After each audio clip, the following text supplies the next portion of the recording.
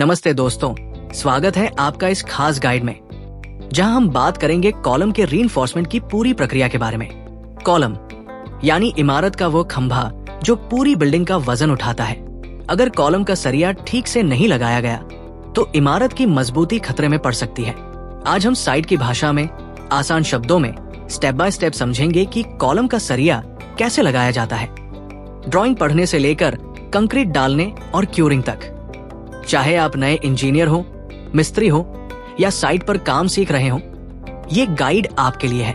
तो चलिए बिना समय गवाए शुरू करते हैं। 1. कॉलम का साइज और सरिया डिटेल ड्राइंग से कैसे लिया जाता है। सबसे पहला काम है ड्राइंग पढ़ना। साइट पर पहुंचते ही आपको स्ट्रक्चरल ड्राइंग मिलेगी, जिसमें कॉलम का साइज, सरिया का डायमीटर और स्टिरअप्स की डिटेल दी होती है। साइज ड्राइंग में कॉलम का साइज लिखा होता है। ये साइज कॉलम की चौड़ाई और लंबाई बताता है। सरिया डिटेल ड्राइंग में लिखा होता है कि कितने मेन बार लगेंगे और उनका डायमीटर क्या होगा। मिसाल के तौर पर 8 नंबर 16 mm बार का मतलब है 8 सरिया, प्रत्येक 16 mm डायमीटर का। स्टिरअप्स ड्राइंग में स्टिरअप्स की साइज और स्पेसिंग दी होती है, जैसे 8 mm स्टिरअप्स @150 mm cc। इसका मतलब है 8 mm के स्टिरअप्स 150 mm की दूरी पर लगेंगे। सावधानी, ड्राइंग को ध्यान से पढ़ें। कई बार मिस्त्री जल्दबाजी में गलत साइज या गलत बार पढ़ लेते हैं। टिप: ड्राइंग की कॉपी हमेशा अपने पास रखें और सुपरवाइजर से कंफर्म करें। अगर ड्राइंग समझने में दिक्कत हो तो इंजीनियर से पूछ लें। 2. मेन बार कितनी होनी चाहिए और कौन कौन से डायमीटर की होती है। कॉलम में मेन बार वही सरिया होते हैं जो कॉलम की पूरी लंबाई में वर्टिकली लगते हैं। इनका काम है कॉलम को मजबूती देना।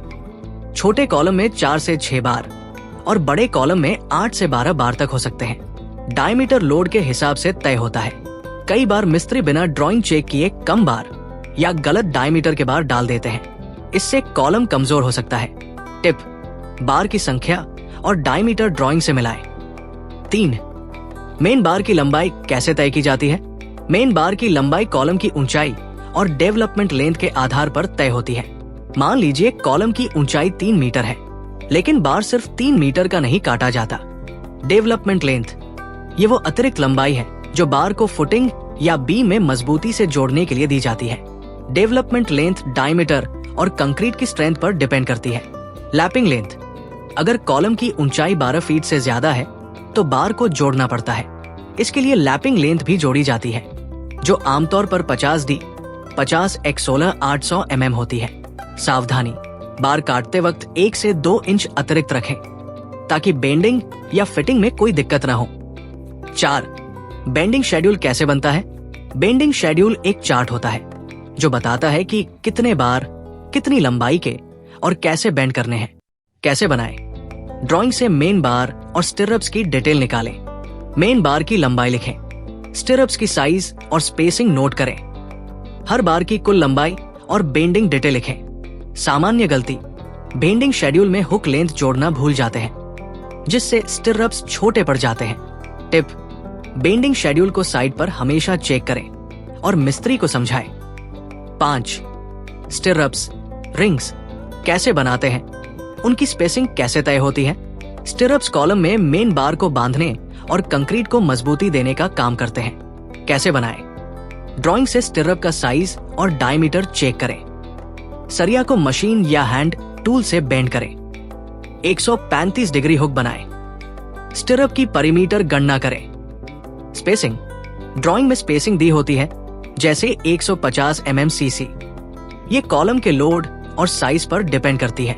नीचे के हिस्से में जहां लोड ज्यादा होता है, स्पेसिंग कम हो सकती है।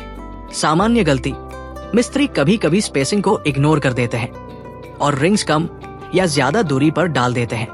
टिप: स्पेसिंग को मापने के लिए टेप का इस्तेमाल करें और मार्किंग करें। 6. 135 डिग्री बैंड क्यों जरूरी है।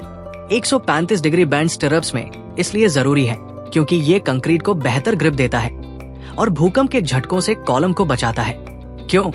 90 डिग्री बैंड कमजोर होता है और भारी लोड में खुल सकता है। 135 डिग्री बैंड स्टिरअप को मजबूती देता है। सावधानी, बेंडिंग मशीन सही सेट करें वरना बेंड गलत हो सकता है।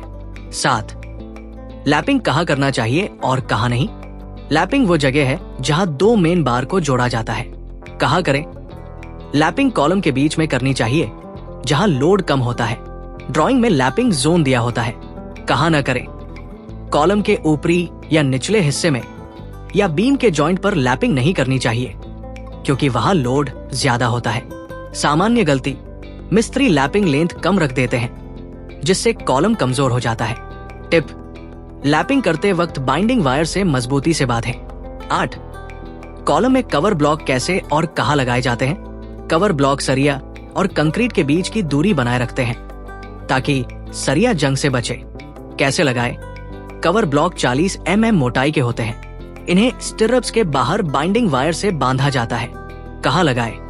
कॉलम के चारों तरफ हर 1 मीटर की दूरी पर। सामान्य गलती, कई बार कवर ब्लॉक कम लगाए जाते हैं जिससे सरिया बाहर दिखने लगता है। टिप, कवर ब्लॉक की क्वालिटी चेक करें, कमजोर ब्लॉक टूट सकते हैं। 9. सरिया की जगह का अलाइनमेंट और स्पेसिंग कैसे मेंटेन किया जाता है? अलाइनमेंट, मेन बार को कॉलम के कोनों पर और बीच में समान दूरी पर रखा जाता है। ड्राइंग में बार की पोजीशन दी होती है। स्पेसिंग, स्टिरअप्स की मदद से बार को सही जगह पर रखा जाता है। टेप से मापकर स्पेसिंग चेक करें। टिप, बार को बांधने से पहले लकड़ी का टेम्पलेट बनाएं ताकि बार सही जगह पर रहें। 10. कॉलम के रीइंफोर्समेंट को प्लिंथ बीम या फुटिंग से कैसे जोड़ा जाता है? फुटिंग से जोड़ना, मेन बार को फुटिंग के सरिया में डेवलपमेंट लेंथ तक डाला जाता है। प्लिंथ बीम से कॉलम के बार को प्लिंथ बीम के सरिया के साथ लैपिंग करके जोड़ा जाता है। सावधानी, जोड़ मजबूत होना चाहिए वरना कॉलम और बीम में कमजोरी आ सकती है। 11. वर्टिकल अलाइनमेंट के लिए प्लम बॉब का इस्तेमाल कैसे करें? प्लम बॉब को कॉलम के टॉप से लटकाएं और चेक करें कि सरिया बिल्कुल वर्टिकल है। सामान्य गलती, कई बार मिस्त्री बिना प्लम चेक किए सरिया डाल देते हैं जिससे कॉलम टेढ़ा हो जाता है। टिप, हर 1 से 2 मीटर पर प्लम चेक करें। 12. बाइंडिंग वायर से सरिया को कैसे बांधा जाता है? कैसे करें? बाइंडिंग वायर को 8 के आकार में बांधें ताकि मेन बार और स्टिरअप्स मजबूती से जुड़े। टिप, वायर को कसकर बांधें। 13. रीइंफोर्समेंट डालने के बाद शटरिंग कैसे की जाती है? शटरिंग, लकड़ी या स्टील की प्लेट से कॉलम का फॉर्म वर्क बनाया जाता है। प्रक्रिया, शटरिंग को कॉलम के साइज के अनुसार काटें। शटरिंग को वर्टिकली अलाइन करें और मजबूती से बांधें। कवर ब्लॉक चेक करें। सावधानी, शटरिंग में कोई गैप नहीं होना चाहिए वरना कंक्रीट लीक हो सकता है। 14. कंक्रीट डालने से पहले फाइनल चेकिंग चेकलिस्ट, सरिया की संख्या और डायमीटर, स्टिरअप्स की स्पेसिंग, कवर ब्लॉक की पोजीशन, शटरिंग का अलाइनमेंट। सामान्य गलती, जल्दबाजी में चेकिंग छोड़ देना। 15. कंक्रीट डालने के बाद क्यूरिंग। कंक्रीट को 7 से 14 दिन तक गीला रखें। कैसे करें? गीले बोरे या पानी की टंकी से क्यूरिंग करें। सावधानी, क्यूरिंग में कमी से कंक्रीट में दरारें आ सकती हैं। निष्कर्ष, तो दोस्तों, ये थी कॉलम के रीइंफोर्समेंट की पूरी प्रक्रिया। ड्राइंग पढ़ने से लेकर क्यूरिंग तक हर स्टेप में सावधानी और सही टेक्निक जरूरी है। गलतियां छोटी छोटी हो सकती है लेकिन उनका असर बड़ा होता है। हमेशा ड्राइंग फॉलो करें, सुपरवाइजर से कंफर्म करें और क्वालिटी पर ध्यान दें। अगर आपको ये गाइड पसंद आई तो अपने दोस्तों और साइट के साथियों के साथ शेयर करें।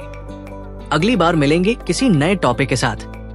तब तक साइट पर सेफ रहें और मजबूत कॉलम बनाएं।